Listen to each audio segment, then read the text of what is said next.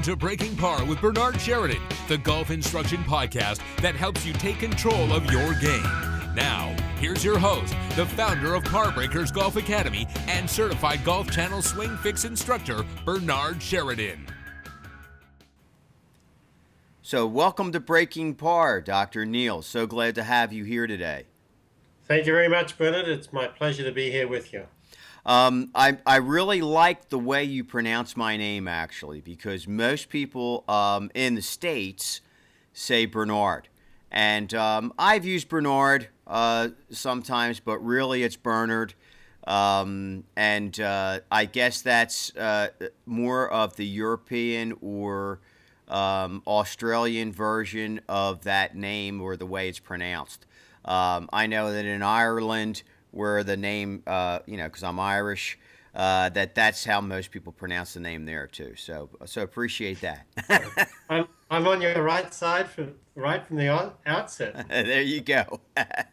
So you're very much into 3D technology, and you use that down at the Jim McLean Golf Academy now. Is that correct?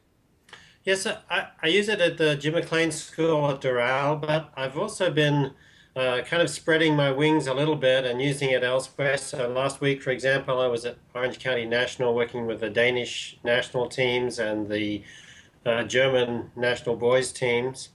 And then, so that was at Orange County National. I do a lot of work internationally in various countries. And then I have licensees of our software who work at their various locations, and I would say I have more in Europe than in the US, but I'm trying to build a group of followers in the US as well. So I have a couple of good guys up in the DC area, Pat Bedingfield and John Scott Rattan, and then Derek Hooper up at Lake of Isles in Connecticut, and a couple of others as well. So I'm always trying to push them as much as me as well. So that's part of my brief in developing the 3D software is to have people like-minded who really provide a top quality service to those avid golfers who actually want to get better at golf. So how long have you been doing this 3D? Like when did you begin with 3D technology? That's almost as bad as asking a woman how old she is, Bernard. I started my 3D sojourn back in 1982 when I was the first person to do a three-dimensional kinematic analysis of a golf swing. And in those days, it was high-speed film cameras and hand digitizing and all of those sorts of things. And I continued as a university professor to work in using golf as a medium through which to study interactions of body segments during performance. People call it sequencing and timing in golf, but the overall concept in the field of biomechanics would be called segment interactions. And then in 2000, I began my own business. I left the perils of academia, or the halls of academia, and decided to begin my own business. And so I started out in 2000 using what was then called Skill Technology software. Phil Cheatham was the pioneer in using electromagnetic technologies in golf, well, in sport, I should say. And I used his system, and then in 2005, I just started developing my own real-time software. I would use his software to capture data, but then I wrote my own analysis software. But then in 2005, I just integrated the whole thing. And it's been a tremendous learning experience for me writing professional software as opposed to what I would do for myself. And so yeah, it's been a fun journey. Interesting experiences, and I think whenever you bring a new technology to market, you always think that it's going to capture the intrigue and interest of many more people than it actually does, and so I think we're gaining some traction overnight, 15 years later. Yeah, 15-year overnight success. Yes. Yeah, so I think that and a lot of things are like that. That's for sure. It takes years of hard work and diligence to bring things to the forefront where people finally start to recognize them. I know that over the past 2 years, it seems like 3D technology is becoming bigger and bigger in the golf world. I know that as I look at and am involved in the instruction world, I see more and more players or instructors trying to get into 3D, and some of them are almost to the point where they're saying, well, if we can't do it in 3D, we're really not seeing what's going on here, and we're really not getting all the true science and technology as to what we can see what's going on in this swing. I'm sure that you kind of feel like that. There's a lot more that you can see with 3D than you could with two-dimensional camera, down the line view or face-on view. And I'm sure there's a heck of a lot more data that can be gathered from that information, correct? Yeah, it's actually been quite interesting, Bernard, about how we use the technology and how we have kind of just gently pushed new things into the market as we went. So in the early days, we really didn't talk about many of the more complicated variables, the velocities or accelerations, because people didn't understand those terms. And maybe they still don't fully understand them, but early on it was even more difficult.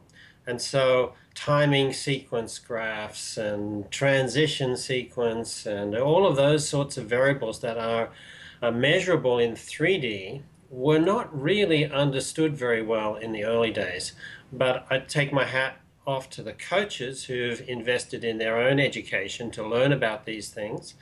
And then, therefore, we can provide them with more detail than they would otherwise have through video.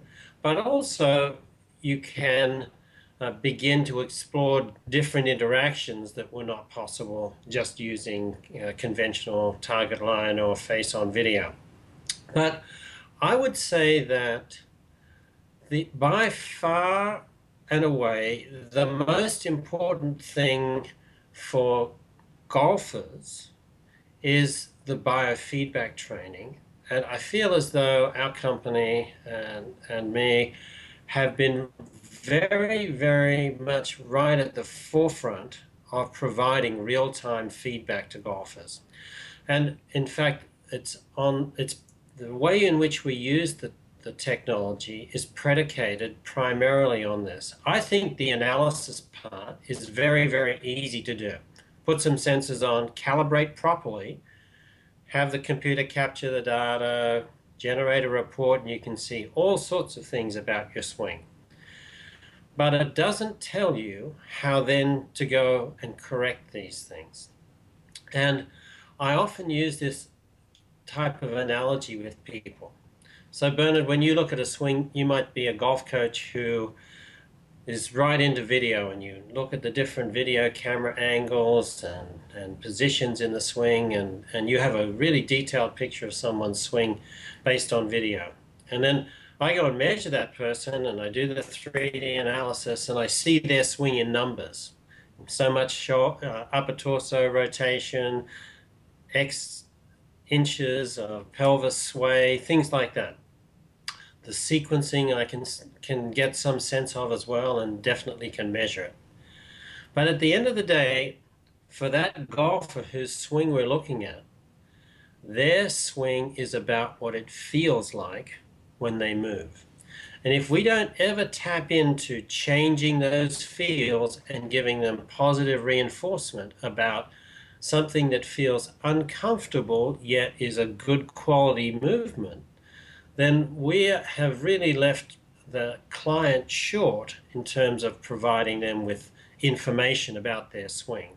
Because at the end of the day, they need to leave with a feeling of what they need to do and then some drills and a way of practicing so as to make that movement pattern feel comfortable for them.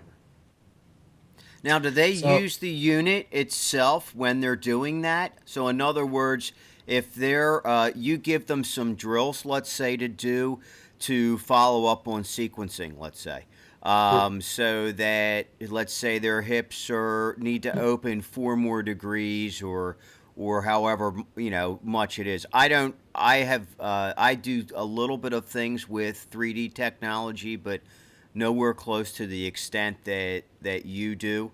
So that's why I'm asking this question. So that way I can say, all right, well, I need to know that this guy has to have this much more hip rotation, or this is what a tour pro has, or this is what's actually best for this player as opposed to a tour pro. And then I'm going to still have him hooked up to the unit when he's working and trying to feel these things.